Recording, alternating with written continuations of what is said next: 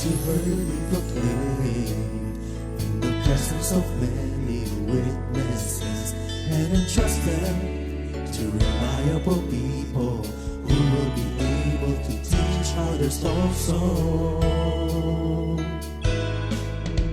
Take the teachings you heard me proclaim in the presence of many witnesses, and entrust them to reliable people who will be able to teach others also. Take the teachings you heard me proclaim in the presence of many witnesses, and entrust them to reliable people who will be able to teach others also. Take the teachings you heard me proclaim in the presence of many witnesses, and entrust them to reliable people who will be able to teach others also. 2 Timothy 2:2. Hallelujah, 2 Timothy 2:2. Praise the Lord. 2 Timothy 2:2. You and me, let us proclaim the gospel. 2 Timothy 2:2. Hallelujah. 2 Timothy 2:2. Praise the Lord. 2 Timothy 2:2. You and me, Let us proclaim the gospel of Jesus Christ. Take the teachings you heard me proclaim in the presence of many witnesses, and entrust them to reliable people who will be able to teach others also. take the teachings you heard me proclaim in the presence of many witnesses, and entrust them to reliable people who will be able to teach others also. 2 Timothy 2:2. Hallelujah, 2 Timothy 2:2. Praise the Lord. 2 Timothy 2:2. You and me, let us proclaim the gospel. 2 Timothy 2:2. Hallelujah. 2 Timothy 2:2. Praise the Lord. 2 Timothy 2:2. You and me, Let us proclaim the gospel of Jesus Christ. The harvest is plenty, but the workers are few. And as for me and my house, we will serve the Lord. We will serve the Lord.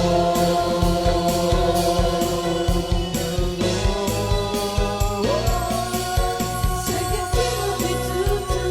Hallelujah. 2 Timothy 2:2. Praise the Lord. 2 Timothy 2:2. You and me, let us proclaim the gospel. 2 Timothy 2:2. Hallelujah. 2 Timothy 2:2. Praise the Lord. 2 Timothy 2:2. You and me, Let us proclaim the gospel of Jesus Christ. 2 Timothy 2:2. Hallelujah. 2 Timothy 2:2. Praise the Lord. 2 Timothy 2:2. You and me, let us proclaim the gospel. 2 Timothy 2:2. Hallelujah. 2 Timothy 2:2. Praise the Lord. 2 Timothy 2:2. You and me, let us proclaim, live up His name, delighting the Lord for His goodness. Let us proclaim, live up His name, delighting the Lord for His goodness. Let us proclaim, live up His name, delighting the Lord for His goodness. And He's God.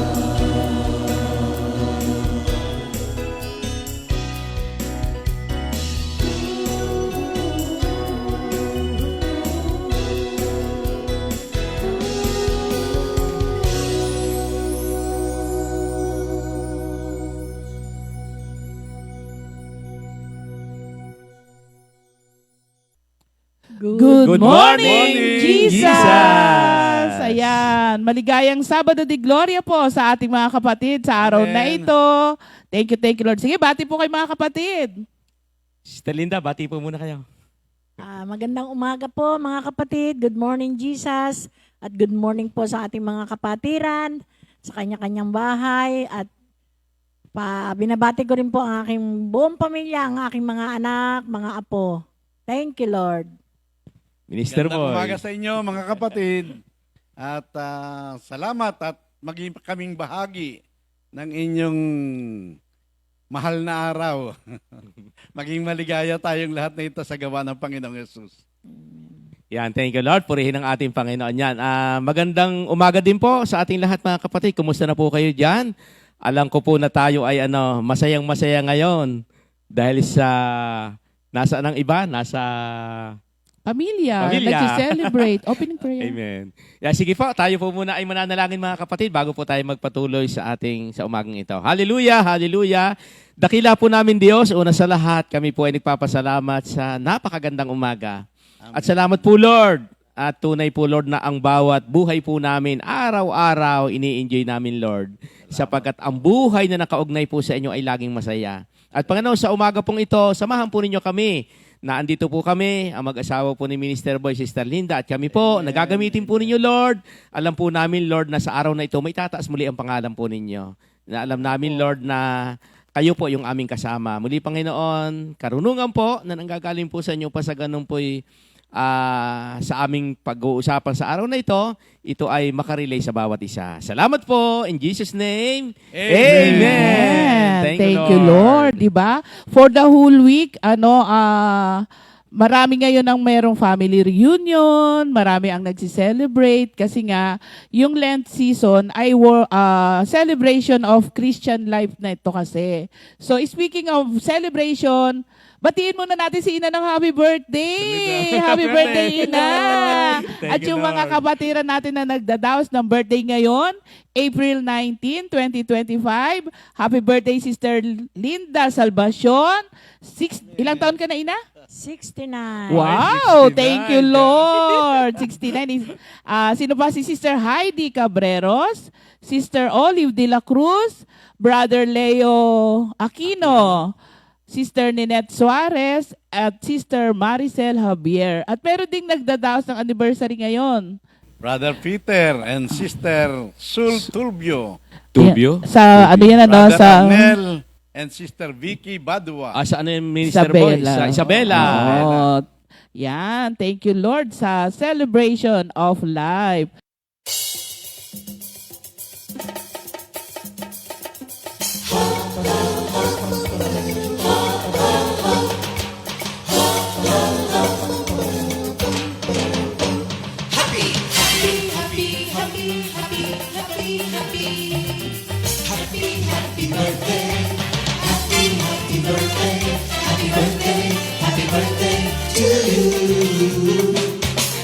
Happy anniversary, happy anniversary, happy, happy, happy anniversary.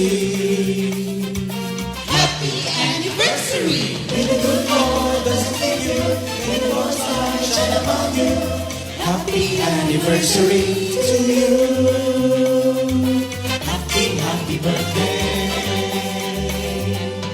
to you. Happy birthday! And happy anniversary. Thank you, Lord. Ayan, talagang ang sarap pong mag-celebrate ng buhay na nakaugnay sa Panginoong Heso Kristo. Thank you, Lord. Di ba ngayong Lenten season, iba-iba yung celebration ng mga tao. Pero nakakatuwa po kasi tayo, sinicelebrate natin itong Lenten kasi ito ng palataya natin. We are celebrating our faith. Bilang mga Kristiyano, kultura ng mga Pilipino na, ang tawag niyan, na alalahanin yung mga bagay na pangyayari nung unang panahon. Kaya lang yung hindi malalim ang relasyon kay Lord, ano? Di ba dapat malungkot tayo ngayon? Patayan Diyos eh. Oh, yun nga, yun yung sinasabi ko na Yan, yung hindi malalim ang kaugnayan kay Lord. At saka nung unang panahon naturo sa atin, ano sabi sa atin? Huwag kayong maingay. Ano yun? Bawal ngumiti. Bawal, Bawal maligo. bawal magtrabaho. Yan natatanda ko, Minister Boy, sa amin. Ano yan, di ba? Alam naman nila na na huwibis ng ng alas 3 patay na ang Diyos. Friday. Kaya sa amin, nung panahong yon, Friday. naghahanda na kami ng kahoy. Basta pagdating na alas 3 ng Thursday ng alas 3, bawal na kaming magtaga, mangumpay. Hanggang na yon, hanggang Friday, bawal kami nung magtaga. Kaya yun ang kaisipan namin nung wala pa kami kay Lord eh. Kaya yun, at thank you Lord. Ngayon hindi na.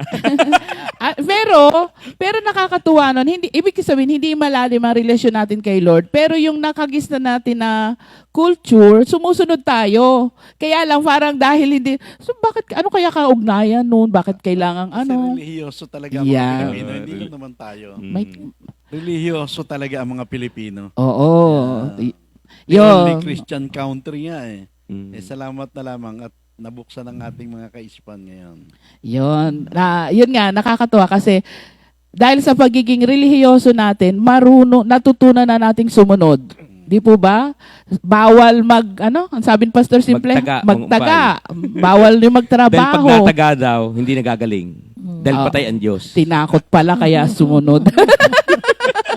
Bawal talaga, hindi kami gumagawa noon. Oo. Maligo nga eh. Oo, pero nakakatuwa, andun yung ng pagsunod talaga, no? Kahit na, kumbaga, sa pagiging relihiyoso Dumating natin. rin ba sa inyo yung pagkakataon na naituro sa inyo na nakakalat ang mga Hudyo kaya huwag kayong maglalabas ng bahay, kalat ang mga Hudyo. Yung pala ang Panginoong Yesus, Hudyo. Oo Ang nga. hirap.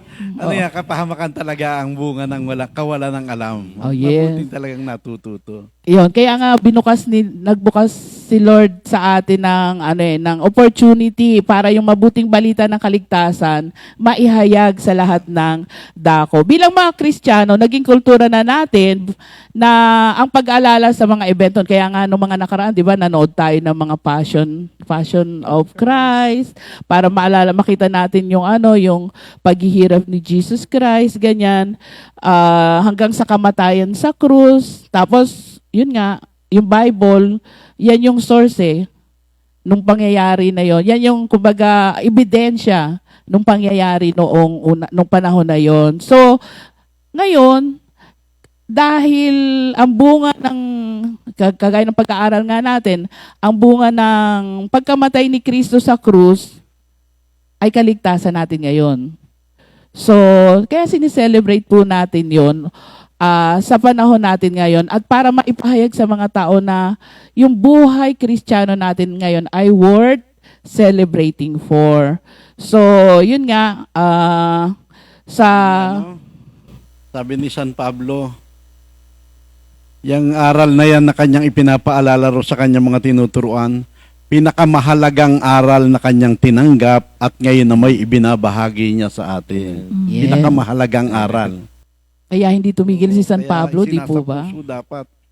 Opo, thank you Lord. So, ngayon mga kapatid, dahil syempre, ginugunita natin yung everyday ng araw ng Kwaresma. So, naumpisahan po yung nung Lunes, nung Sunday, ano nga ba? Araw ng Palaspas, di ba? Nakikita naman natin sa paligid yung mga Palaspas. Tapos, sunod-sunod na po yung pag-alala natin sa event ng buhay ng ating Panginoon. Ngayon po, Sabado de Gloria. Pero ang alam ko rin pagka Sabado de Gloria, tahimik ng lahat eh.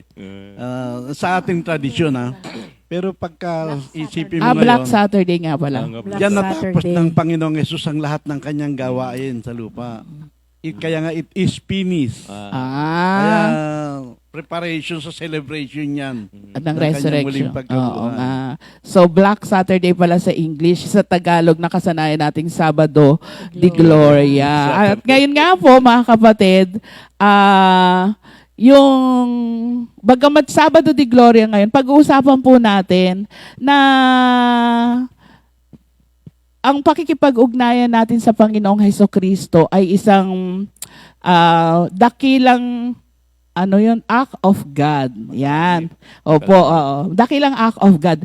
Katulad po ng, eto nga po, mag-asawa ni Minister Boy at saka ni Sister Linda, 'di ba, sa buhay nilang mag-asawa, makikita po natin kung paano po yung sinasabi nating the glory of God. Sa buhay mag-asawa, ano ang palagay po natin na tinatawag na the glory of being one, the glory of marriage pala yan. So, yun, Ina, ilang taon na nga kayong kasal?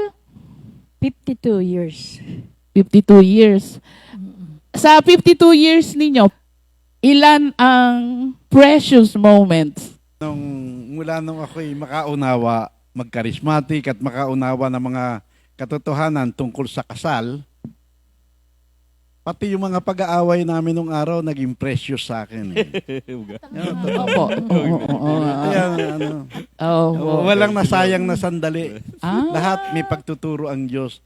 Salamat na lamang at pinalambot ng Diyos ang ating mga ulo.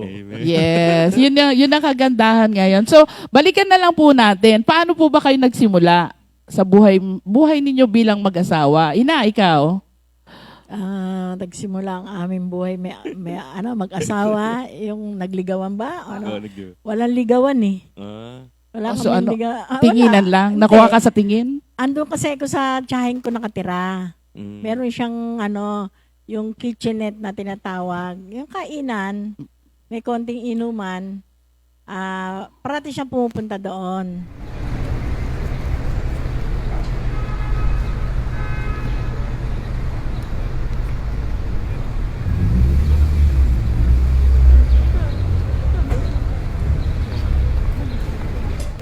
Oy. Ano dyan? Ayos. Grabe ha. Ganda ng pormahan natin Panalo. Inuman ba to?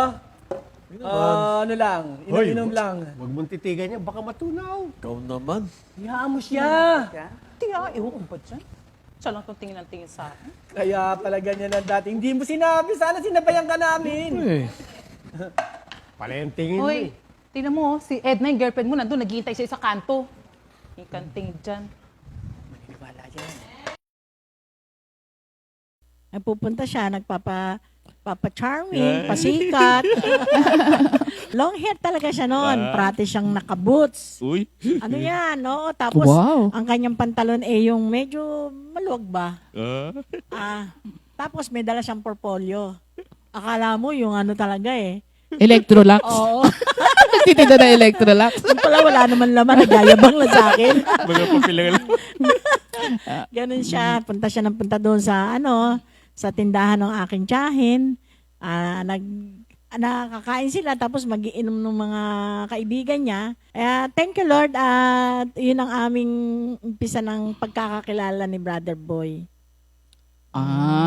So sa inyo, yun nga hanggang tinginan. So paano kayo alam nga namang nagtingin na lang kayo, kasal na bukas. Anong nangyari? Ang nangyari, inaya niya ako manood ng sine.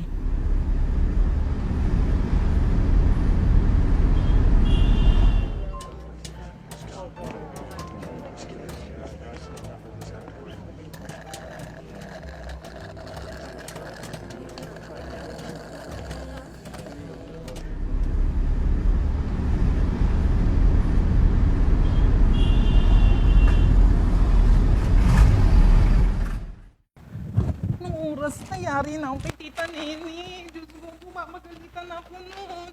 Paano gagawin natin? Pwede pananagutan kita. Ano ko pinagsasasabi yung pananagutan?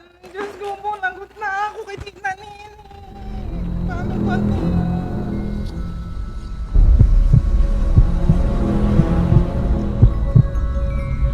Ang nangyari, yun nga, inaya niya ako hanggang sa ginabi kami, hindi na kami nakauwi. Ayun, tapos, inuwi niya ako doon sa tiyahin ko. Ang nangyari, syempre, natakot yung tiyahin ko dahil doon ako nakatira dahil responsibilidad niya ako. Sagutin niya ako sa magulang ko na pinagkatiwala ako ng nanay ko sa kanya. Kaya ang nangyari, kinabukasan, pumunta kami doon sa bahay nila.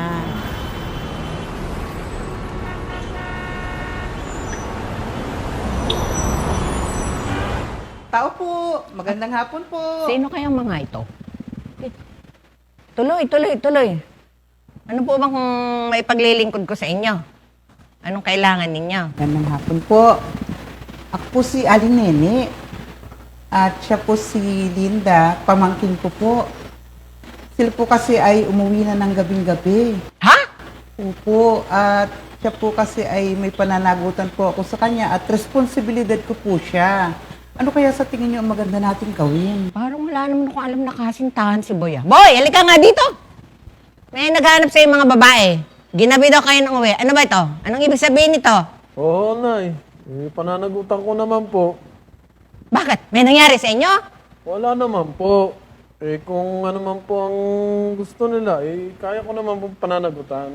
Ibig mo sabihin, magpapakasal kayo? Pakakasalan mo to?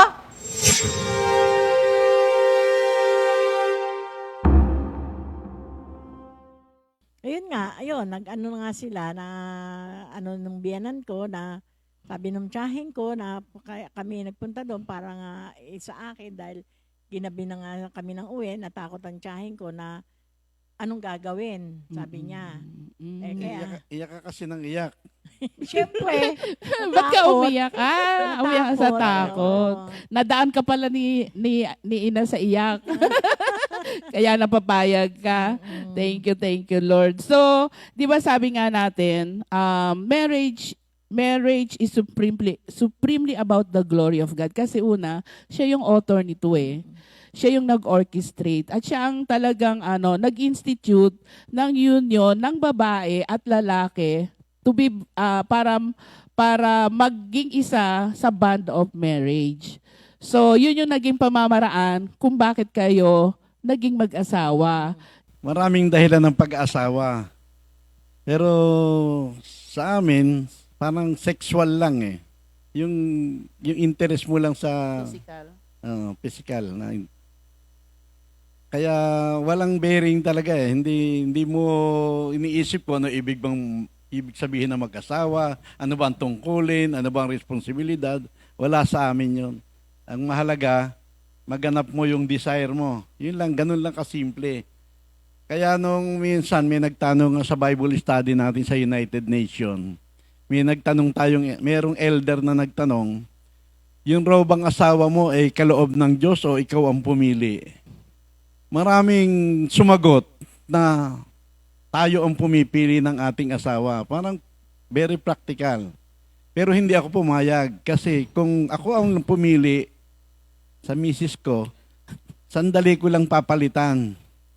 Pero nung matanggap ko yung John 3:27, na karaniwan ay ginagamit ng mananampalataya sa mga financial na kanilang tinatanggap, tinanggap ko yung John 3:27 kasama ang misis sa ipinagkaloob ng Diyos. Kaya, anong sinasabi mo lagi? No choice. Kaloob ng Diyos. ngayon ko lang naintindihan yun. Ikaw ngayon na mag-a-adjust. Oo. Kasi marriage is a ground of God's glory kung saan yung delight, kagalakan, at disiplina na nakapaloob sa bond of marriage ay ipinapamuhay ng both side kung may pagkaunawa sa Panginoon. Sabi nga ni Mang Boy, nung wala pa kay Lord, physical lang eh. Talaga naman eh. Sa umpisa physical pa lang eh. Kumbaga hindi masyadong naiintindihan. Pero salamat nga sa gabay ng salita ng Diyos. Yun sabi nga, hindi siya pinili, hindi siya choice, kundi ito ay kaloob ng Diyos. Buti nila Sister Linda, may John 3:27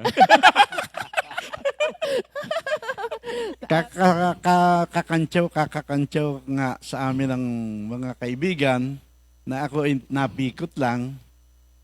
Bagamat gusto ko talaga rin siya noon ng araw. Bagaman na. Oo.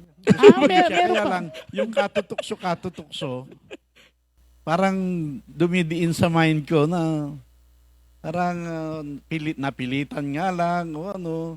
Kaya tuloy, ayun. Kaya konting kibot, away, para bang handang-handang maghiwalay. Oo, kaya nga sabi, pinikot ko nga raw siya eh. Pero sa totoo, hindi ko siya pinikot, Oo. Oo.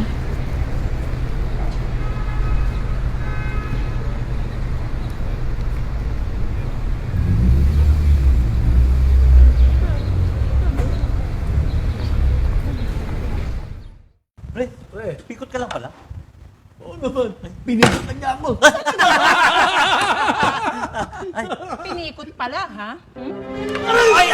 Ay, speak yun na. Ano pinagsimutingkot? Mabiro pa pa ito.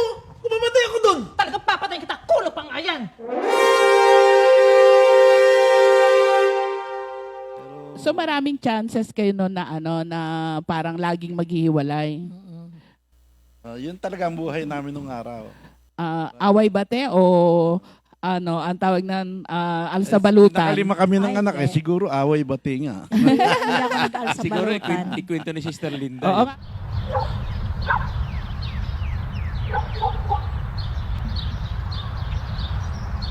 Aba, umuwi din ng magaling. Ikaw Ano? naman. Lasing ka na naman? Saan ka nang galing? Eh, dito nga may pasalubong nga ako sa'yo. Pasalubong ako? Ha? Ikaw naman! Ikaw na nga nilala ng pasalubong eh! Ilang araw ka na nga hindi umuwi? Tapos ikaw pa galit sa akin? Ha? Ay ka lang, ha? Ha? Alis ka dito! Ha?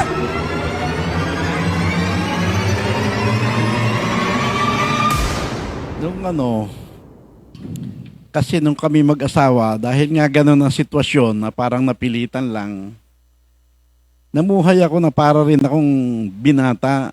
Eh okay naman sa kanya kasi gusto niya rin ako. Kaya basta ako yung uuwi. Pero tuloy-tuloy rin lahat ng bisyo ko. At ang lagi kong kasama, mga barkada ko. Kaya nabuhay rin ako. Ngayon hanggang sa pagka ako'y nalalasing at kinukulit-kulit niya ako, minsan natuto akong manakit. Mga ganun ba?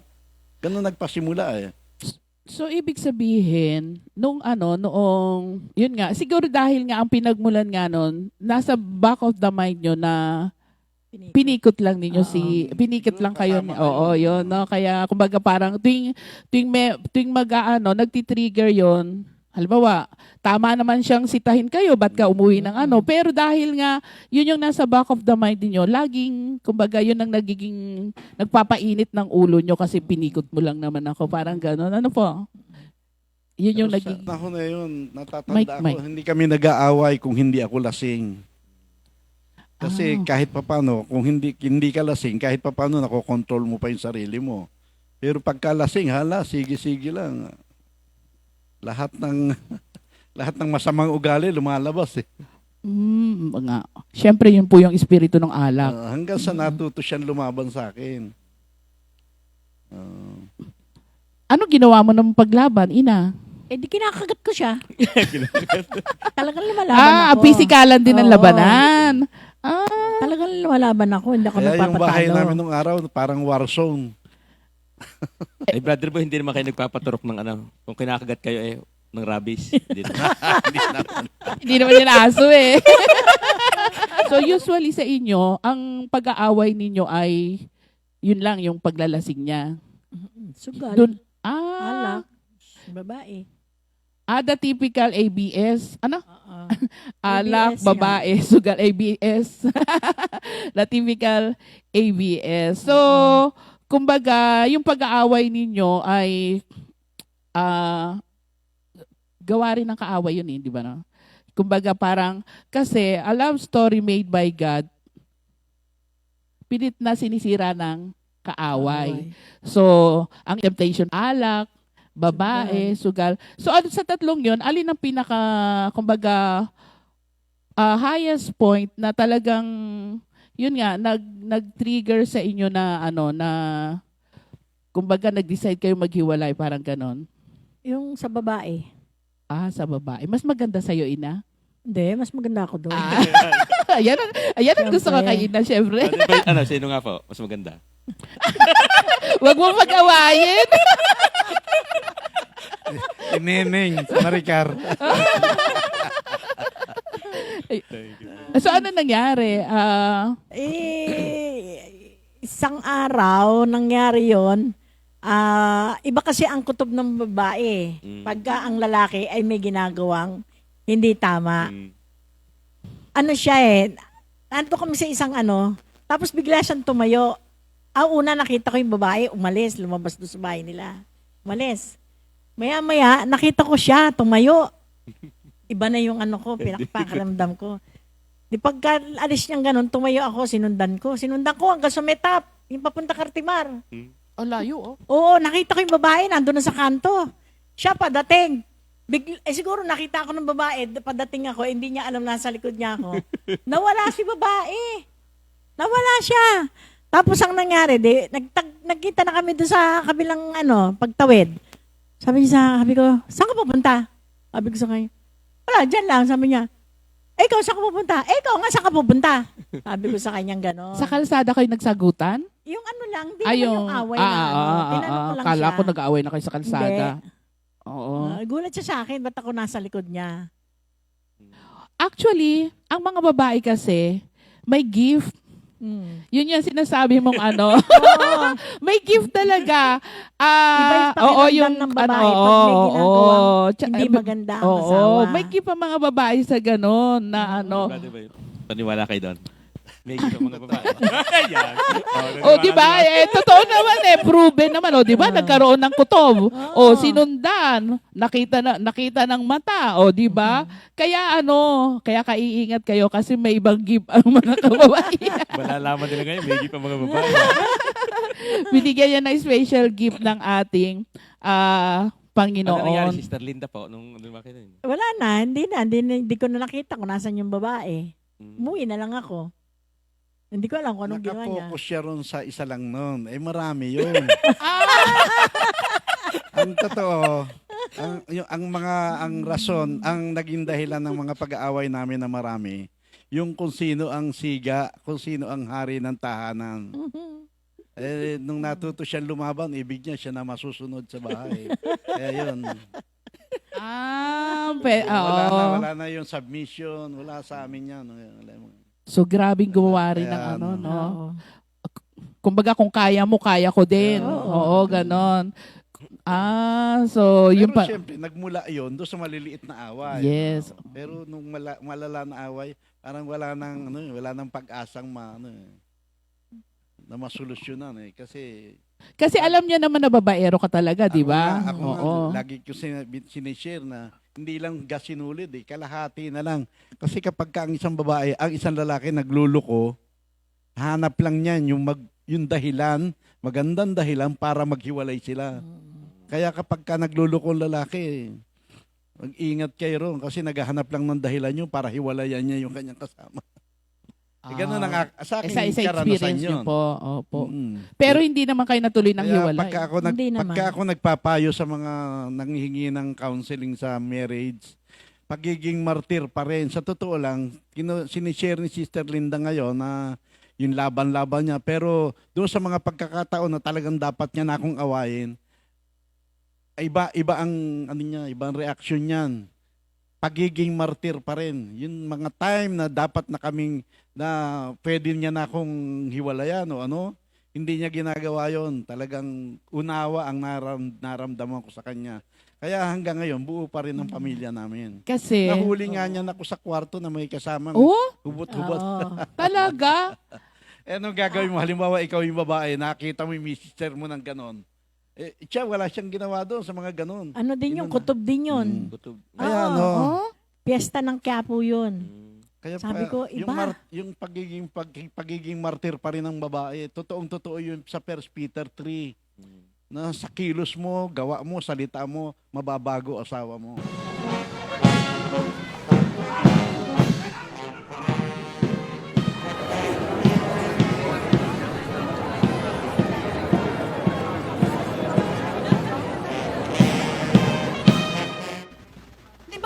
Tatay mo to? Opo.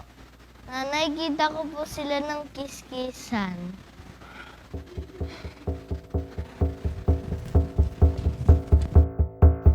Bibili natin yan. Bagay sa'yo yan. Bili natin yan. Boy! Ano to? Ano? Bakit ka nandito? Anong bakit ako nandito? Ikaw Umuwi ang ka bakit na. nandito? Umuwi ka Hindi! na. Mamili ka! Yung babae mo o Hindi. kami ng pamilya mo! Doon na tayo Hindi mag-usap ako sa bahay. papayag! Mamili ka na yan! Umuwi ka na. Siya o ako! Hindi nga. Hindi ako alis dito hanggat hindi ka sumasama sa amin! Sa bahay ka Hindi mag-usap. ako alis dito sa tahanan na to!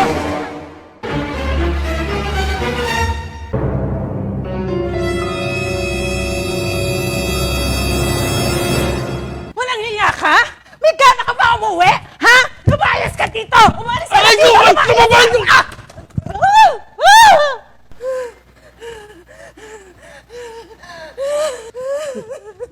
Nasaktan ka ba? Umalis ka dito! Umalis ka dito! Magsama kayo ng babae mo!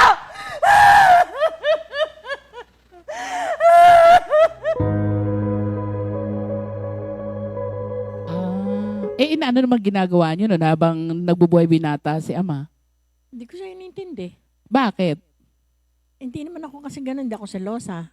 Hindi Ah. ako nagsiselos. Ang katwiran ko, umuwi ka kung gusto mo, kung ayaw mo, wag. Pag dumating yan ng maga, pagbubuksan ko lang siya ng pinto, hindi ko siya tatanungin, kumain ka ba, saan ka galing? Wala. Ganun ang ano ko. Eh, ginusto mo yan eh. Okay. Oo, Hindi ko na siya nga. tinatanong noon, bala ka sa buhay mo. Ganun. Nung nahuli ko siya sa bahay, ang dahilan noon, yung si Igot, alam niya kung saan nakatira yung babae. Tinuro niya sa akin. Tapos, yun, pinuntahan ko doon sa apartment. Kasi nakita ko yung motor niya eh. Sabi ko, ito yung motor ng tatay mo. Nagulat siya nung ayaw akong papasukin nung niya, ng landlady kasi nangungupahan sa isang kwarto. Apartment yan eh. Ayaw akong papasukin. Hindi mo ako pwedeng hindi papasukin. Panik ako, dire-diretso. Ayun nga, pagbukas nga ng pinto, nagulat siya.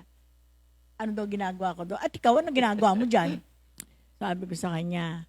Tapos sabi ko, mamili ka kung sinong gusto mo o siya. Sabi niya, hindi, umuwi ka na. Hindi ako uuwi hanggat hindi ka bababa dyan. Sumama ka sa akin. Hindi. Sabi niya, sige na, mauna ka na. Hindi ako uuwi. Sabi ko, kasama kitang uuwi. Umuwi siya. Ang mamili ka, hindi yung habang nagsasama tayo, naglulukuhan lang tayong dalawa, di ba? Yung ayoko kasi nung nagsasama tayong dalawa, tapos may ginagawa ka pa rin hindi maganda. Mike, Kayang tanggil ni yung pinakamasarap sa buhay mo, kayang tanggalin ni Lord yung panlasa mo ron kung ikasasama mo. At yun, nawalan ako ng panlasa sa mga bagay na ganyan. Inalis niya lahat yan. Andun yun, totoo, nangyari, pero si Lord talaga ang gumawa, hindi tao. Sa buhay namin, talaga ako talaga nagsisimula ng gulo. Hindi ko lang alam nung araw kasi sa totoo lang, hindi ako nagbago. Wala naman akong tinanggal sa mga bisyo ko. Lahat nandun pa rin. Makasarili pa rin. May pamilya ka na. Hindi ganun ang buhay pamilya. Pagka nagpamilya kayo, conjugal na lahat ng ng bagay sa buhay mo eh. Kaso, nagsarili pa rin ako ng buhay. Kaya, para bang, parang girlfriend lang. Nasa bahay lang siya, nag-aantay lang siya sa akin.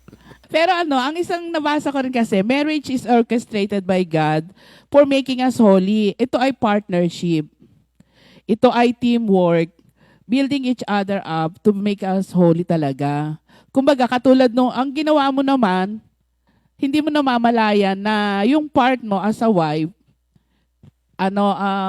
sa'yo, kumbaga tinitimpi mo yung sarili mo, syempre, dahil kung talagang, hindi ka papayag nun.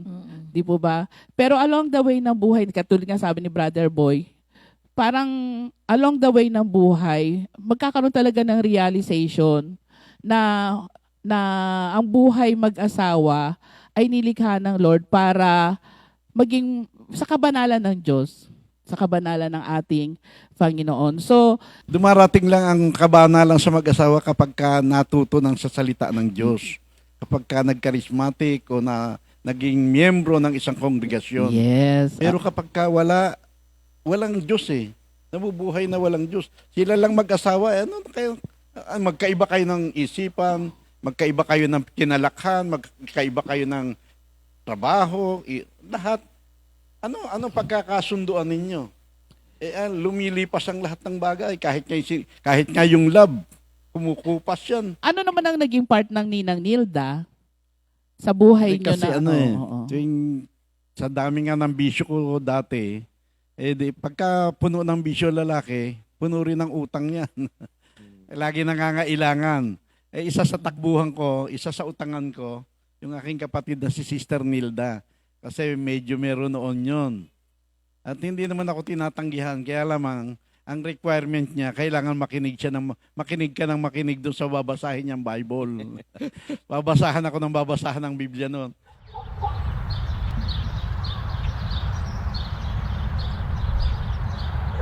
Napapadalas yata punta mo dito, boy. Oo nga, ate. Pasensya na. Naigpit lang yung pangangailangan eh. Gusto mo bang umayos ang buhay mo? Lakasan mo lang ang loob mo. Lumapit ka sa Panginoon. Sabi sa'yo, sumama ka sa akin sa prayer meeting. O eto, maasahan ba kita sa linggo, sa fellowship? Oo, ate.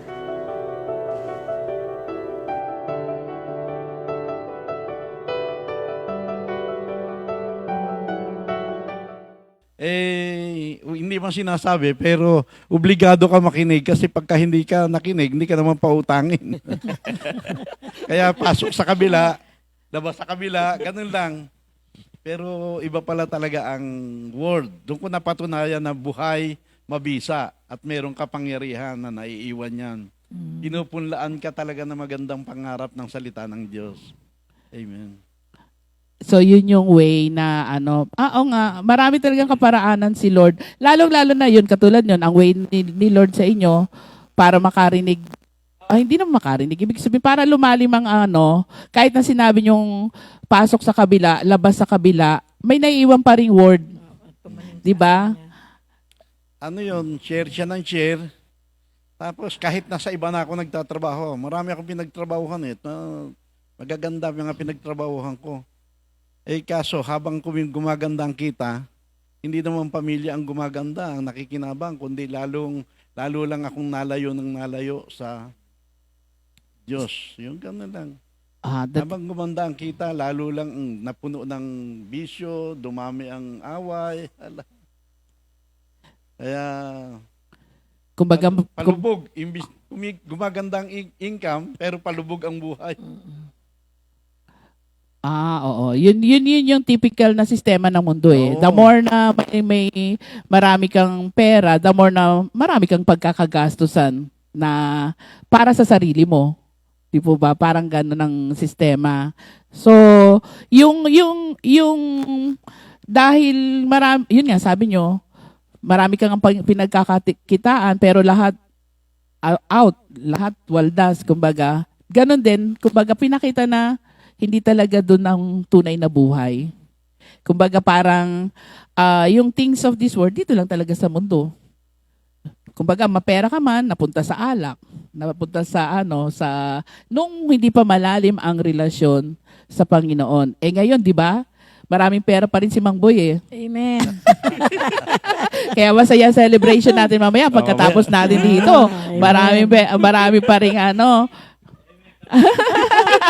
may nag-amen dyan, no? Di ba? So, kailan kayo, Mang Boy, tawag niyan yung, kumbaga yung encounter talaga kay Lord? Merong, na-demanda kasi Mike. ako eh. Sa kasusugal ko, pati yung pera ng kumpanya na pinagtatrabahuhan ko, nagagamit ko na sa sugal. At talagang enjoy ka sa pag-asa na mapupunan mo, mapapalitan mo.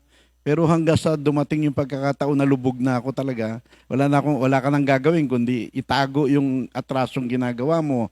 Takot nga akong umabsent, baka matuklasan yung mga fake receipt na nasa table ko, gano'n. At hanggang sa walang ibang nakakaalam nung atraso ko na yon, kundi walang hindi nakakaalam, lahat alam, yung empleyado doon sa pinagtatrabahuan ko.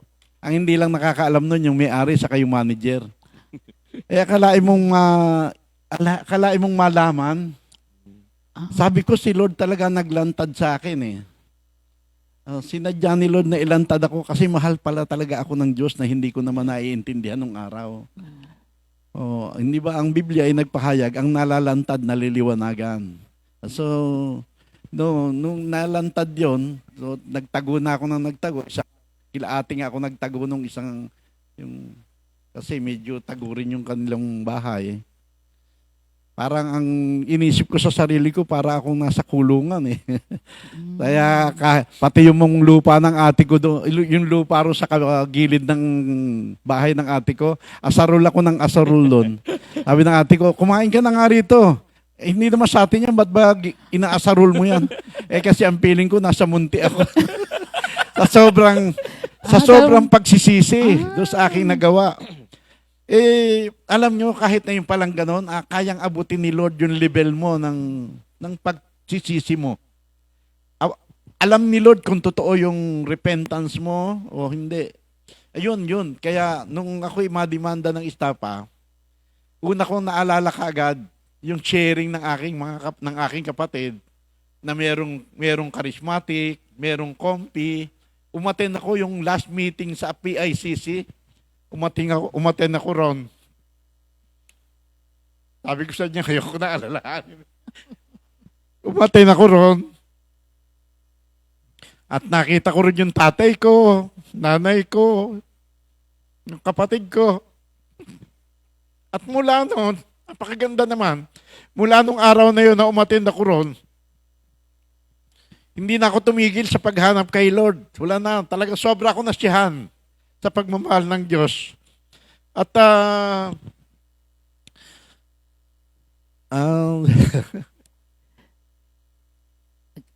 hindi na ako, laging hanap ko mga gawain.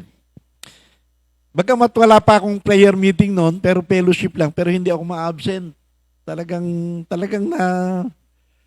natagpuan ko ang kaligayahan ko sa Panginoon. Kaya nalimutan ko yung problema ng bahay. Mahabang panahon na hindi ko sila iniintindi. Wala akong isipan. Nung araw, hindi ko rin sila iniintindi, pero barkada isip ko. Pero nung ako'y makakilala sa Diyos,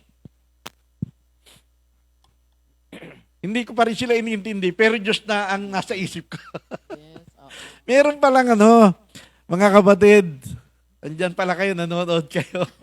Pero sa bawat tao, merong buhay na inilalaan ng Diyos. Alam nyo ba kung lagi ko sinishare sa prayer meeting to, alam nyo kung ano ang trabaho ng Panginoong Yesus? Kung karpintero. Si Jesus ang nagmana ng pagiging karpintero ng kanyang tatay na si Jose. Amen? At ang master ng Panginoong Yesus bilang karpintero, ang mag-ayos ng buhay. Hindi lamang ng personal na buhay, kundi pamilya. Amen? At nung ako'y magtutok sa Panginoong Yesus, unti-unti naayos lahat ang buhay.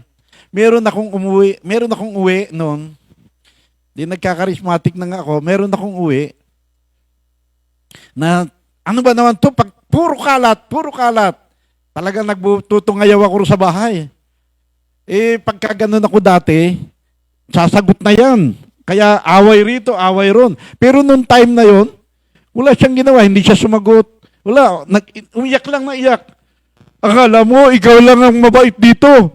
Porque nagkakarismatic ka na, akala mo, ikaw na lang yung matino. Eh, ang word ko nung panahon na yon, talagang may word pa tayo lagi nung daily. Yung James 1:19 na, matuto kang makinig, dahan-dahan sa pagsasalita at huwag agad magagalit.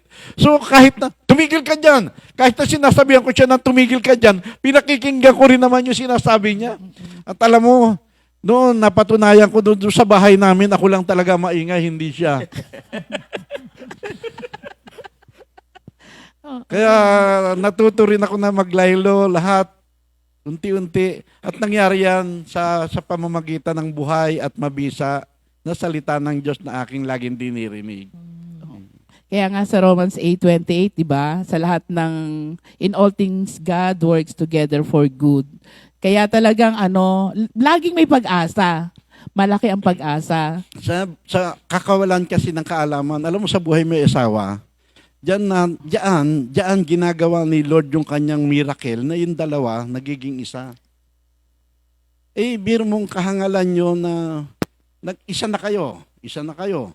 Tapos kung mura-murahin mo yung partner mo, hanggang ngayon napakaraming nasa ganyang kalagayan. Pagsalitaan mo ng hindi magaganda, pagka nasa barkada ka, pinakamasamang tao yung asawa mo, anong klase? Eh, nagiging isa ang dalawa. Ano man kasamaan ng partner mo, kasamaan mo. Oo. Salamat sa Diyos at sa pagkauna ko.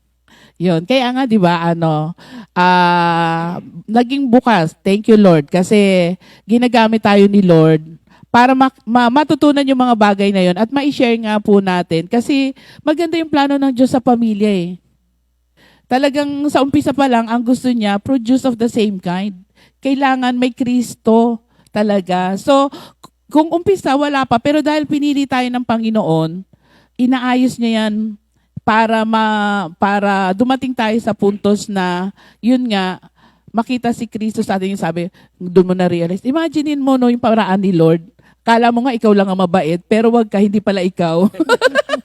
Di mo ba? Kumbaga ipaparealize din sa'yo. Ganon kadakila yung pag-ibig ng Diyos. Hindi yung, anong tawag nun? Hindi kapwa. Bagamat sabi ni Mang Boy kanina, sumasagot si Ina na, kala mo ikaw lang ang mabait, di ba ganon? Sa tao, aanuhin mo din talaga yon, yung kumbaga lalabanan mo ng sagot. Pero alam mo sa heart mo na hindi siya ang nagsasalita, kundi si Lord. So yun yung magandang milagro ng buhay na, yun sabi nga ni Mang Boy, yung nagkakaroon tayo ng kaalaman tungkol sa Diyos. Yung yakap ng Diyos sa atin, yung pagpapatawad ng Diyos sa atin, ang ano tawag nun? Ang nagdulot ng pagiging iyakin ni Mang Boy. Di ba? Kumbaga, Yung pag-iyak ko na yan, hindi ako dating ganyan. Dati matapang ako, laman nga ako ng kalye. Lagi ako nasa rambulan nung araw. Kaya nga ako naging barangay captain sa lugar namin, hindi sa dunong, kundi sa tapang. Pero nung ako'y magkarismatic, nung simulang tumulo ang luha ko, hindi na huminto. Minsan nga, nahihiya na ako eh. Kalalaki mong tao, mag-chair ka lang, iyak ka. Mag-prayer, iyak. Pero alam mo, nung huli, ang ginawa sa akin ni Lord, ang tinanggal sa akin yung hiya. Kaya na ngayon, iyak ako ng iyok. Hindi na ako nahihiya. Kaya si Brother Boy, pinagmamalaki lagi ni Sister Linda yan. Amen. Lalo pa kayang birthday. Ako, personally, enjoy ako sa pagpapamilya. Kung meron man akong nakikitang kapintasan ngayon sa aking partner na si Sister Linda, ang nasisisi ko yung sarili ko. Alam niyo kung bakit? Kasi masyado ako nagtutok sa mga gawain na napabayaan ko siya. Hindi ko siya nayayakag, hindi ko siya naobliga. Kaya tuloy, siguro, umangat yung aking buhay espiritual. Tapos naiwanan ko siya. Kaya pagka may nakikita akong depresya, tulad nung galing kami ng outreach, pinag-MC ko, naku, pagkatanggi-tanggi. MC lang yon. Pero ako yung sarili ko ang sinisisi ko ron kasi naiwanan ko siya. Kaya ngayon, lagi na niyo kasama. Tawad kay Lord at mapunan yung Mag-i-MC na raw po sa sunod. Nag-amen na. Kasi yun minsan actually siguro sa part nyo tama rin po kayo na nakakapagsisi nga pagka iniwanan mo nga sa bahay. Pero salamat dun sa realization, conviction na eto, maraming tao marami kasi nadala kay Lord dahil sa pagtuturo. Tapos yun nga, ang nakakalungkot yung part na, yun yung kasing katotohanan. Minsan, ang gagaling na nating mag-preach, ang layo na nang narating natin, pero yung pamilya natin naiwanan. Pero salamat kay Lord kasi yung tong Comfy Family, laging sinasabi, di ba, ang goal natin, dalhin natin ang ating pamilya sa Panginoon. Baka mabitin sila, baka kala nila may kaso pa rin ako ngayon. Yun, sige, oo nga. May time, meron akong kumpare na humingi ng tulong sa akin kasi may kaso sa NBI. Baka raw may magawa akong paraan kasi may contact ako nung araw sa mga ganon. Sabi ko, pare, wala na tayong magagawa dyan. Computerized na lahat ngayon. Hindi na natin magagawa ng paraan yan. Pero dahil ibig kong tulungan kasi mag-abroad, yung clearance niya hindi ma-release. Dinala ko pa rin yung papers niya sa NBI. At sabi nga nung kakilala ko ron, the same na statement. Sabi niya, wala na tayong magagawa dyan. Computerized na lahat ngayon. Pero napunan niya, Pasay pala yan eh. Humingi ka ng certification sa Pasay na kasama yung kaso na yan na sunog doon. At ako nang bahala rito. Nung araw na yon may contact rin naman ako sa Pasay. nakahingi ako ng certification. Tapos, nung nakahingi ako ng certification, dinala ko ulit yung papers niya. Sila na ang bahalang gumawa ron at nakarelease. At nung mag-abroad na yung kumpare ko, dumaan sa bahay, nagpapaalam. Hindi, pasalamat ng pasalamat. Di okay naman. At nung makaalis na siya, saka ko lang naalala, yung palang kaso ko, nandun rin sa Pasay, nasunog rin. Sunog din, sunog. Eh di wala. Kaya, hindi lamang, yung kaso ko, hindi lamang pinalimot ni Lord sa isipan ko. Binura.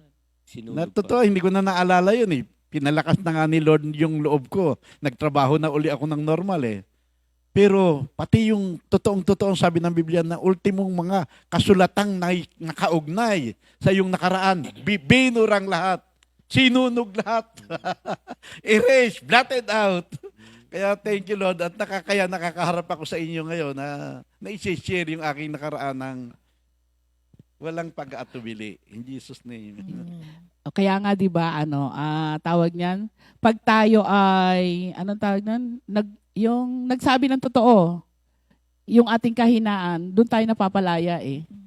Kumbaga yung wala ka na itago, inaamin mo yung totoo, nagkaroon ka ng true repentance, doon tayo binibigyan ng tunay na pagkalaya ng ating Panginoon.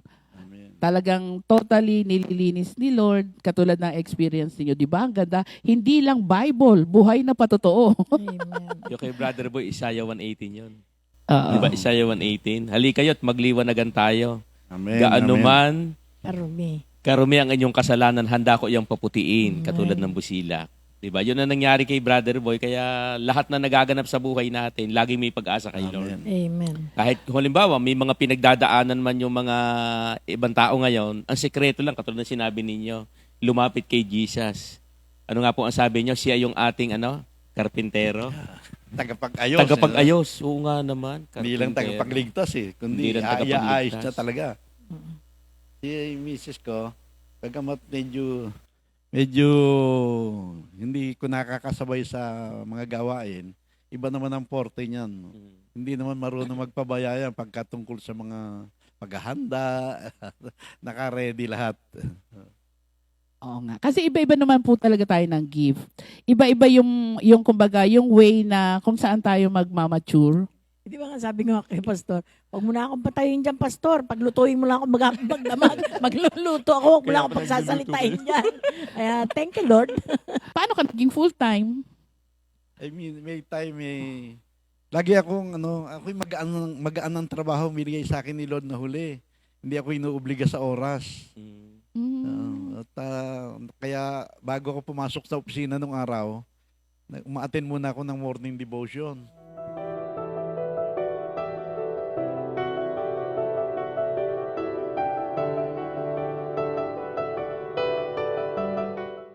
Brother Boy, ba't hindi ka pa nagpo-full time? Wala pa akong word eh. Ha? Araw-araw ka nang ma-attend ng morning devotion ah. Tapos, wala ka pa rin word?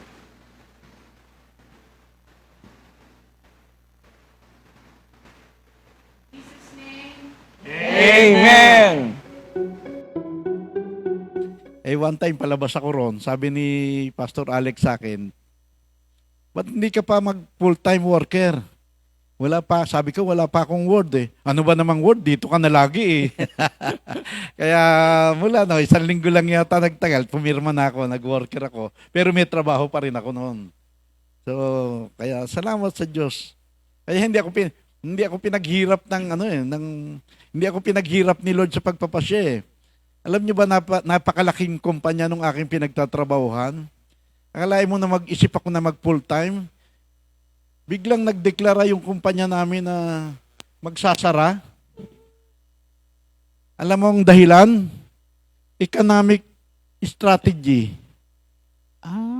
Business strategy. Akalain mo, First National Bank of Boston, isara mo. Pero kaya sabi ko, hindi na ako pinahirapan ni Lord magpasya. Kaya pagkasara ng kumpanya namin, alam mo, nagsasara yung kumpanya namin. Yung mga araw na magsasara yung kumpanya namin. Yung mga junior executive namin, lungkot na lungkot. Ako pa nag-encourage sa kanilang lahat. Kasi mga bata pa kayo, may pag-asa pa kayo. Ako pa encourage ng encourage. Pero ako na mawawala ng trabaho, wala na akong papasukang iba. Tuwan-tuwa pa ako sa sarili ko kasi hindi na ako pinahirapan ni Lord magpasya. Full-time worker kagad ako. At yun ang mga pinakamaliligayan sandali ng buhay namin. Hindi lang ako, kundi pati pamilya na kay Lord kami lahat. Yun, thank you, Lord. Yan. Brother Boy, di po ba? Ano ho yung, di ba dito na kayo nakatira nga sa Compi? Ano po yung pagkakaiba ng nakatira kayo doon at saka nandito na kayo sa Compi? Walang gastos dito. Yung pala walang gastos. Kay mami ko naman narinig yan eh. Sabi niya, mayroong masandalo ni Kristo na bumibili ng sariling uniforme. O kaya bumili ng sariling pagkain. Eh, tayo mga soldiers of Christ eh. Hindi, kaiba talaga. Dito parang sa tagal na tumira ko rito, wala akong nabalitaan na bata na aksidente. Ano eh, meron minsan pala na parang napako o ano. Walang away-away. Nung unang ang tumira rito yung apo kong lalaki, parang nagsusumbong sa akin na meron raw umaway sa kanya sa labas. Ang sagot ko, walang marunong makipag-away rito. Hintuan mo yan. Siya ang dinil ko. At mula noon, hanggang sa nakagraduate, na dito nakatira. Walang away-away rito. May mga sigaw, may mga ano man, yung hindi pagkakasundo, pero sandali lang naalis lahat. Tunay na buhay Kristiyano. At yung blessing natin dito sa loob, alam nyo ba, na hanggang sa buhay ng mga miyembro natin, nakakaabot yan, nagpo-flow yan. Yan, totoo po yun, sinasabi ni Brother Boy. Kaya kung gusto po ninyong tumira dito, magdala ho kayo ng bahay. Yun lang po ang sekreto. Magdala ng bahay, Brother Boy. Napakaganda po ng buhay. Yun nga, talaga namang yung sa buhay mag-asawa ni Brother Boy, talaga namang nakakamangha. Na minsan hindi natin maunawaan yung plano sa buhay natin, titingnan natin parang bakit napakagulo, pero may magandang layunin ng Panginoon eh. Yung generational sin. Pagka na kay Jesus ka, putol lahat yan. Walang mana-manang masasamang ugali, masasamang bisyo. Hinto lahat yan kay Lord. Amen. Isang magandang buhay. Kaya katulad ng binabanggit ni Sister Jen kanina, nung nagkukwentuhan tayo rito. Ang Lenten season ay a season of new life. Amen. Buhay. Yung dating patay, nagkaroon ng buhay. Yes. Yung dating patay na parabang end na patay, yung pa lang ang simula. Yun ang tunay na yun ang tunay na Lent. Yes. Po ba? Kaya nga, di ba, Black Saturday, namatay na. Di ba? Namatay na yung dating pagkatao. Amen. So, di ba? Preparation para sa resurrection. Celebration ng muling pagkabuhay. Resurrected life. Ano? Kaya yung bunga nga ng paglilingkod natin sa Panginoon, 'di ba? Kumbaga dumadating yung mga problema, pero sa buhay po ninyo paano po na unti-unting na-resolve yung mga pagsubok ng buhay na yon? Kaya naging mahalaga sa akin mga kapatid, ibig ko rin i-share sa inyo, yung Galatians 6:14, na ang sabi ron, wala na akong ipinagmamapuri kundi ang cross ni Jesus Christ. Yes. Sapagkat sa pamamagitan ng cross, wala na ako sa sanlibutan. Ang sanlibutan ay patay na para sa akin at ako naman ay patay na para sa sanlibutan. Iwalay na, iba na ang buhay ko. Iba na ang buhay ng sanlibutan na dating buhay ko. Oo, yun nga. So talagang kailangan ng tao si Kristo. Para matanggal lahat yung yung sinasabi nating cravings sa mga bagay na hindi nagbibigay lugod kay Lord. So, yun nga katulad ng pinag-uusapan po natin kanina, along the way ng buhay natin, hindi naman, kumbaga, napagdaanan po ninyo, naikwento natin ngayon, tapos nakita natin ang solusyon, si Lord, nagkaroon tayo ng pagpapatuloy sa pagbabagong buhay, at ngayon, ibinabahagi natin, maging example sa lahat ng nakakarinig. Alam mo, kung ibig mo talagang sumunod kay Lord, daranas ka rin talaga ng maraming pagsubok. Dumaan kami ron sa, wala na, yung mga pinagkakakitaan ko na tagilid, yung ibig sabihin mga under the table, natanggal lahat yun. Pero yung gastusin ng pamilya, ganun pa rin. May hindi ganong madali yun. Pero hindi ka magtaka man kayo o maniwala kayo at hindi. Maraming tao na ginamit si Lord para tustusan yung pag-aaral ng aming mga anak. Kaya pagdating ng enrollment, yung aking mga kaopisina, nakahanda na yun para pautangin ako. Kasi natuwan-tuwa rin silang pinapautang ako kasi alam nila kung saan napupunta yung binibigay nilang pera sa akin. Oo, kaya hindi lamang si Lord ang nagtiwala sa iyo, kundi pati mga taong pinili niya magkakaroon ng tiwala sa iyo. Brother Boy, nung pong kayo nagtatrabaho sa barangay captain na kayo noon? Ilang taong ba kayo? Oo. Ilang taon po kayo naging barangay captain? Ito na mga date, pero mahabang panahon, mga kulang-kulang 8 taon akong barangay captain at 13 taon na kagawad. So 20 mahigit na taon na ako'y nasa politika. Pero sa mga panahon na yan, nung ako'y kapitan, ano ba yung aking isi-share? nung ako'y kapitan, wala sigurong sa akin lang to. Parang hindi ako kayang talunin do sa lugar namin pagka yung eleksyon. Pero nung ako'y makadalawang termino ng pagiging kapitan, hindi na ako tumakbo. Alam niyo kung ano dahilan? Kasi hindi ako naniniwala na kapag ka nasa pwesto ka ng gobyerno, hindi ka pwedeng hindi maputikan. Kaya yung ikatlong termino ko kahit na hindi ako pwedeng matalo ro sa eleksyon, hindi na ako tumakbo. Pinagpasyahan ko na kay Lord Jesus ako talaga.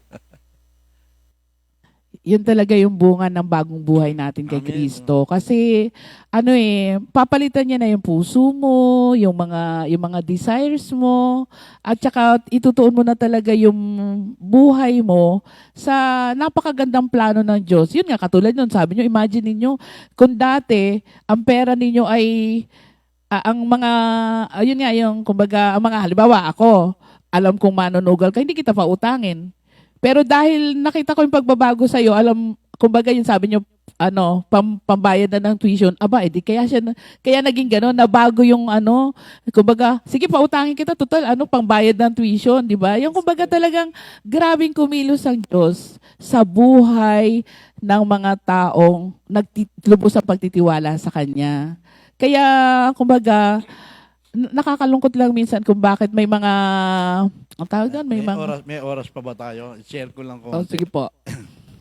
Alam nyo, sa katulad ng ibang mga opisina, yung aming opisina sa First National Bank of Boston, marami kaming empleyado.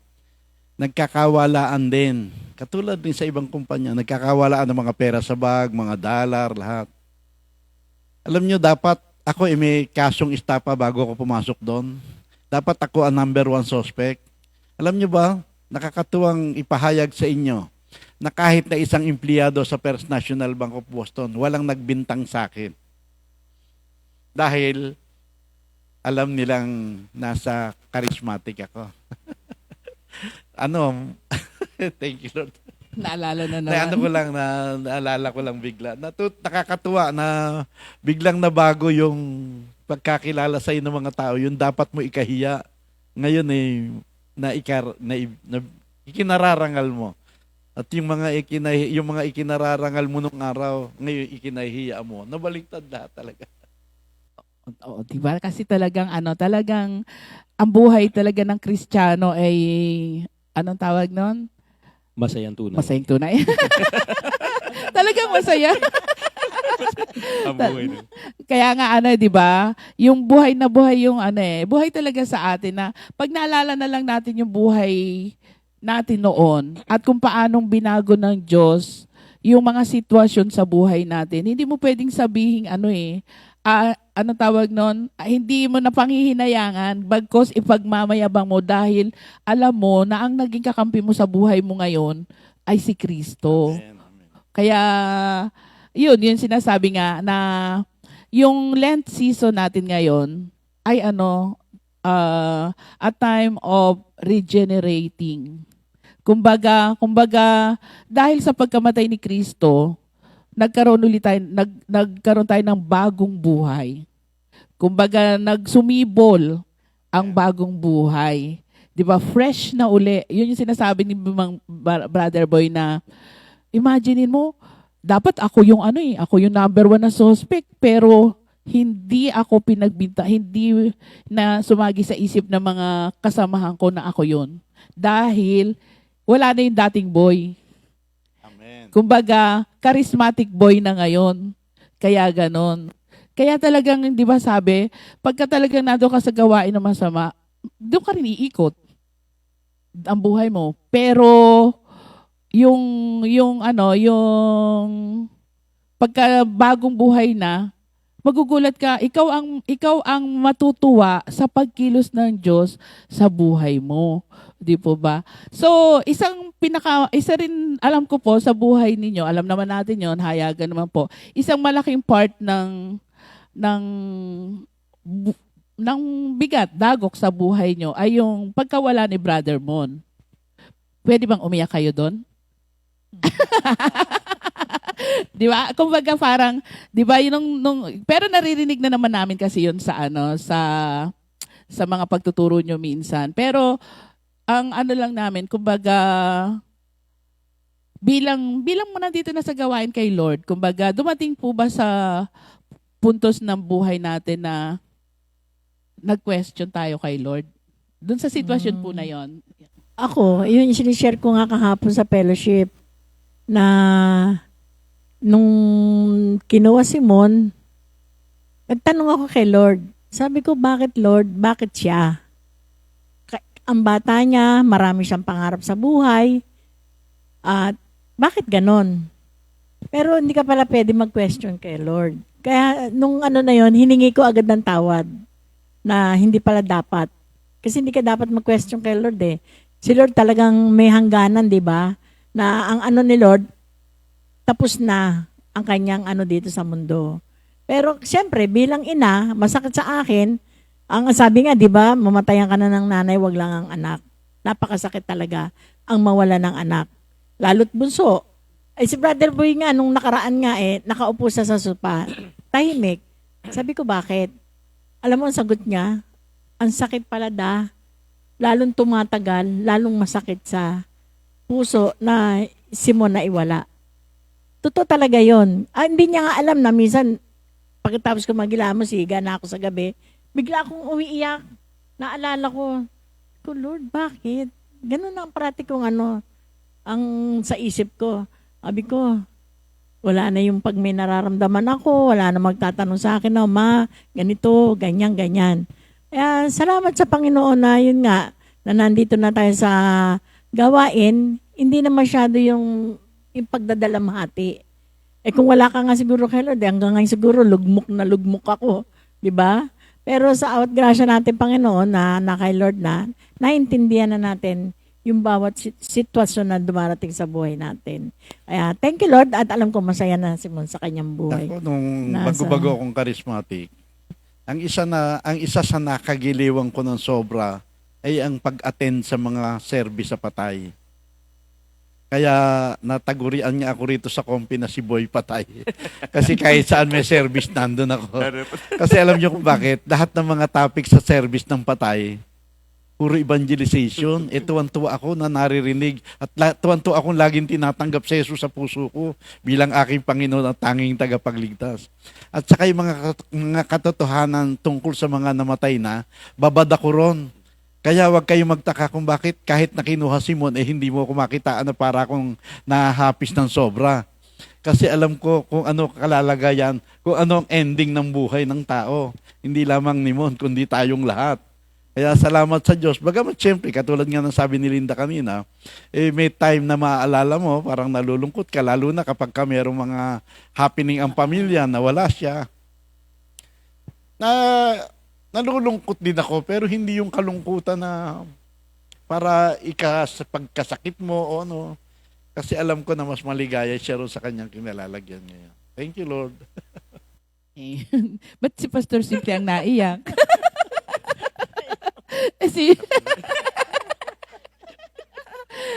Ang totoo po, pag nawalan ka ng mahal sa buhay, hindi maaalis yung pilat. Yung sugat na nawalan ka.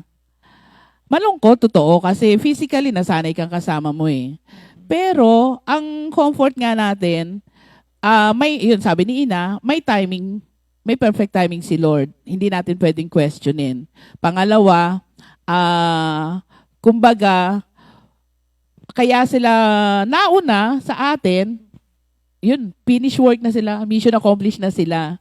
Kaya mas kawawa nga tayo kasi mas marami pa tayong trabaho di ba? Pangatlo, kumbaga parang yung pilat na yon sa heart natin, iniwan siya para magkaroon tayo ng, anong tawag doon, yung dependence kay Lord. Yan, talagang napakabait talaga ng Panginoon. Parang naiyak ni Brother Moise. Talagang hindi po sa buhay natin, minsan hindi mo nga talaga maunawaan yung minsan yung mga plano ba ng Diyos sa buhay mo. Bakit nangyari sa akin ng ganito? Pero sa bandang bandang huli makikita, oo nga pala, lahat ng iyan ay may planong maganda si Lord. 'Di ba? Totoo naman. Kaya doon sa buhay mag-asawa, simple wala naman perfectong mag-asawa eh. Nakikita ko, 'di ba? Sabi nga ni Sister Wife kanina, hindi naman siya sanay magluto.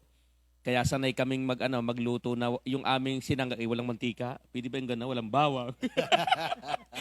Pwede pala yung ganyan, Brother Boy. Nagsasang na walang bawang. Pero yun po, salamat sa Panginoon. Talaga naman pong yung mga alam ko maraming nakarelate doon sa inyong mga sinabi. At lagi namang kung sa panahon ngayon, na doon pa tayo sa mga bagay na gano'n, ano ba ang tawag? Ang iba nga, sabi ng iba, nagliliparan ang plato. Diba? Isa inyo naman pala, walang gano'n. Ang lumipad? Hanger? Na may damit? Pero yun, lagi naman pong may pag-asa sa Panginoon. Di po ba? Kaya sa panahon natin ngayon, yun nga, kaya ang encouragement lagi natin ngayon ay dalhin yung mga tao kay Lord eh. Sipi mahirap talaga, lalo na sa buhay mag-asawa. Kapag hindi si Kristo ang nasa gitna, away talaga lahat. Sipi alam naman natin na, di ba, saan ba natin napag-aralan yon? Yung parang kay Pastor, Gary Johnson, yung sabi bakit daw pag nag-aasawa na yung pamilya, yung anak, parang nagsiselos yung magulang. Totoo nga pala naman, isipin mo nga naman yon, ilang taon mong inalagaan yon, 20, tapos kukuha nila ng iba. Di ba, Sister Linda? Kaya pala nung nag-boyfriend ng bunso. Tapos kukuha nila ng iba. Kaya nung nag-boyfriend ng bunso niya, naiyak siya eh. Kaya, ibig sabihin, naandyan naman lagi ang Word of God. Sa pangkaraniwan tao, mararamdaman mo gano'n, pero yun nga, katulad nga yung sinabi, talagang ang Diyos ay may magandang plano sa atin. Yun ang pinakamaganda. Kaya, yun, thank you, Lord. Thank you, Lord. Oo nga. Napakaganda ng buhay. Kaya yung Lenten season po natin, mga kapatid, yung pakikipag-isa natin sa ating Panginoong Hesukristo, talagang ang dulot nito po ay bagong buhay. Piece of advice, Ina. Last, kumbaga, piece of advice sa mga... Ano pong maa-advise ninyo sa mga nakakapakinig sa atin? Ang masasabi ko lang ay kailangan sa pag-aasawa, laging si Lord ang nasa sentro ng buhay na may asawa. Kasi pag wala si Kristo sa buhay, sa pamilya, yun nga, katulad nung araw ng buhay namin na wala kay Kristo, away dito, away doon, murahan dito, murahan doon. Pero sa awat grasya natin, Panginoon, nung makilala namin si Lord, nawala lahat unti-unti. Kaya kayo mga mag-aasawa, kailangan parehong maging Kristiyano. Kaya salamat sa Panginoon. Thank you, Lord. Kaya, Brother Boy, Sister Linda, yung kabaliktaran pala ng mura, mahal. Oo. Pag hindi ka mahal, mumurahin ka. Wag na. Kaya mahal natin. Kaya po, Brother Boy. Salamat sa Diyos at nilimot ko na talaga yung mga karanasan na yan. Kaya lang, nanawa ay nakinabang kayo sa aming mga pagbabahagi. Kung meron mang nagbabalak mag-asawa, naman basa lang ng Biblia. Sabi, huwag kayong makikisangkot sa hindi mananampalataya. Iba ang alam niyo ba ang layo ng pag-asawa sa Biblia? Ando sa Malakay 2:15. Ang sabi ron, hindi lamang kayo magkaisa sa katawan, kundi magkaisa kayo sa espiritu. Ibig sabihin, magkaisa kayo ng pananampalataya. At ang layunin, magkaroon kayo ng mga anak na tunay na anak ng Diyos. At nagiging anak lamang ng Diyos ang tao sa pamamagitan ng pananampalataya at pagtanggap kay Kristo. Kaya hanggat hindi mo na ipapakilala si Kristo sa iyong mga anak, bigo ka sa iyong pagiging magulang. Kaya thank you, Lord, na mga kaunawaan. Amen. Kaya salamat kay Lord. At Brother Boy, babasahin ko rin siguro itong sa Efeso 5. Sa pag-asawa na ho ito ha. Yung sa inyo naman, kay Sister Linda, pagka mag-aasawa, dapat si Lord ang nasa gitna. Ito naman po isang mag-asawa na, di ba? Sa Efeso 5:21 hanggang 22. Nakalagay naman po dito, tagubilin po ito sa mga mag-asawa. Pasakop kayo sa isa't isa bilang tanda ng inyong paggalang kay Kristo. Mga babae, pasakop kayo sa sarili ninyong asawa tulad ng pagkapasakop ninyo sa Panginoon. Sapagkat ang lalaki ang ulo ng kanyang asawa tulad ni Kristo na siyang ulo ng iglesia na kanyang katawan at siya ang tagapagligtas nito. Thank you, Lord. Salamat sa napakagandang salita. Diba? Dahil si Kristo, pag nag-aasawa, siya yung nasa gitna, ito na, napakaganda ng relasyon ng mag-asawa kapag si Kristo ang nangunguna sa atin. Thank you, Lord. Thank you, Lord. Ayan, mga kapatid, salamat po sa inyong pakikinig at alam po namin na sa panibagong, kumbaga, di ba, pagka Semana Santa, di ba? Resurrection Day, muling Pasko ng pagkabuhay, may bago na namang buhay. Pero wag naman laging ganon. The fact na tayo ay binago na ni Kristo, araw-araw nagpo-pursue po tayo ng into His image, Christ-likeness. Hindi natitigil, hindi siya napuputol, kundi nung magsimula ka, nagpatuloy para sa pagpapakabanal, sa pagpapakabuti, para maihayag ang katauhan ni Kristo sa bawat isa sa atin. Yun yung pagkatawag sa atin, kaya nga 'di ba, bilang mga Kristiyano, dala-dala natin yung identity ni Kristo. Sabi nga ni Mang Boy kanina, 'di ba? Charismatic 'yan. O, 'di ba? O, kaya kailangan yung pagkamatay ni Kristo sa krus ay pasimula ng magandang buhay ng mga nagtitiwala sa Kanya. Kaya wag na tayong titigil, patuloy na po talaga tayo sa magandang buhay natin ngayon bilang mga Kristiyano. Nag-umpisa sa band, yung creation, di ba? Sa Genesis, sabi ni Lord, hindi mainam sa isang tao ang nag-iisa. Kaya maglalalang pa ako ng isa. So, nagkaroon ng partner. Para saan? Para magkasama, para magkatulungan. Ayun ang sabi ni Mang Boy, ma-develop yung Christ-likeness. Kasi magkaiba lalaki at babae na naging isa. So, namumold yung katangian ni Kristo sa bawat isa sa atin. Magkaiba man tayo, lalaki ka, babae ka, pero ang goal talaga ni Lord, magiging isa na si Kristo ang makikita. Kaya ngayong Lenten season na to, mga kapatid, yung ginawa ni Kristo sa krus ang nagdulot sa atin ng magandang buhay. Kaya ngayon, pagka si Sister si Brother Boy, hindi na iniintay ni Sister Linda ngayon. Alam na darating. Kaya hindi na hinihintay. Alam niyang galing sa prayer meeting, darating talaga. Iyon ang bagong buhay kay Kristo. Yung tiwala ba, na alam natin na si Pig gawain para kay Lord yan. Kaya napakaganda ng buhay. Brother Boy, magko-closing prayer na tayo. Sige, bago tayo mag-closing prayer, yung binasa ni Pastor Simple sa Ephesians 5:21 at saka mga sumusunod, pumokus kayo doon sa Ephesians 5:21. Kasi mahirap sa isang babae ang magpasakop kapag hindi niya nakikita ang pagmamahal ng lalaki. At mahirap ding magmahal ang lalaki kung ang babae ay hindi marunong magpasakop. Kaya naghihilian. Pero sa Ephesians 5:21, tanda ng inyong paggalang kay Kristo. Pasakop kayo sa isa't isa. Ibig sabihin, kung sino'y nakakaunawa, siyang magpapakababa. Kasama mga anak dyan. Kaya thank you, Lord. Manalangin tayo. Aming Ama, salamat po sa maikling talakayan. At dalangin po namin na lahat po ng mga nabitiwan naming pagpapahayag at mga salita mo sa umagang ito ay pagpalain mo na magipong kapakinabangan ng aming mga kapatiran na mga nanood. Thank you po, Lord. At mga karanasan, maraming karanasan na hindi mo ipinalilimot sa amin bagkos ginagamit mo upang maipahayag sa marami at maging magandang patotoo, O Lord, ng kabutihan mo. Wala pong imposible sa iyo. Kaya thank you po, Lord, purihin ka at dakilain. In Jesus' name, Amen. Yan, kami po ay meron po kaming, bago magtapos, meron po kaming awitin para kay Lord.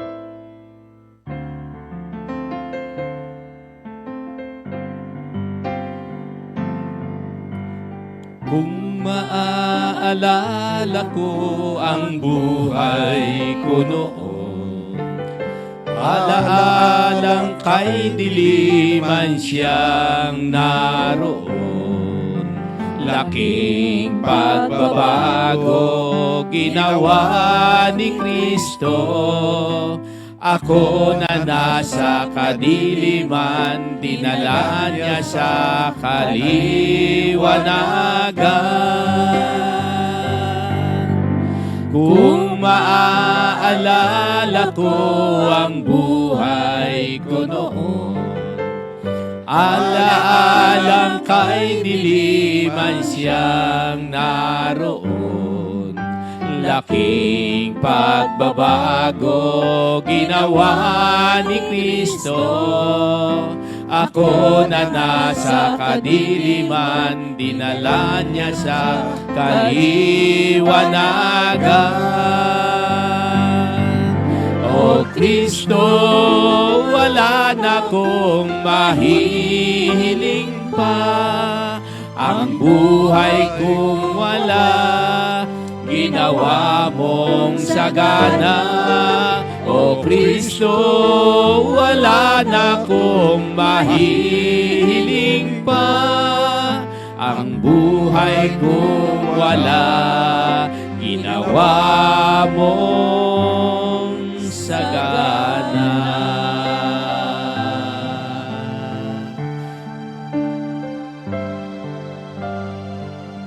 Thank you, Lord. Ang buhay na dati nasa dilim, dinala sa liwanag. Purihin po ating Panginoon at magandang umaga po sa ating lahat, mga kapatid.